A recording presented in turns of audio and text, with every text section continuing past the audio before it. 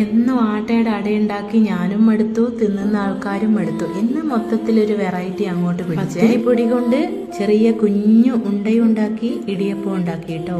Diet ആയതുകൊണ്ട് അരിയുടെ പലഹാരം ചിന്തിക്കാനേ പാടില്ലേ. കുഞ്ഞു കുഞ്ഞു കൊഴുക്കട്ട എടുത്ത് അവന്റെ ലഞ്ച് ബോക്സിലാക്കി കറി ഒഴിച്ച് ഫോർക്കും കൊടുത്തപ്പോൾ അവൻ എടുത്ത് കഴിക്കാൻ തുടങ്ങി കേട്ടോ.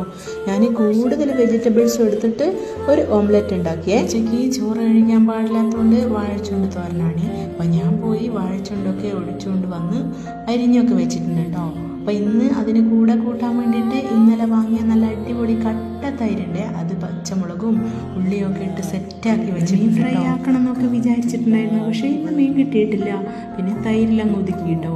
നല്ല മഴയാണേ, എല്ലാ സ്ഥലത്തും നല്ല മഴ തന്നെയല്ലേ. വൈകുന്നേരം ആയപ്പോഴത്തേക്കും ഞാനും അൽറയും കുട്ടനും സോയാബീനൊക്കെ വറുത്ത് കഴിച്ചു കേട്ടോ. അപ്പോൾ വീണ്ടും കാണാവേ.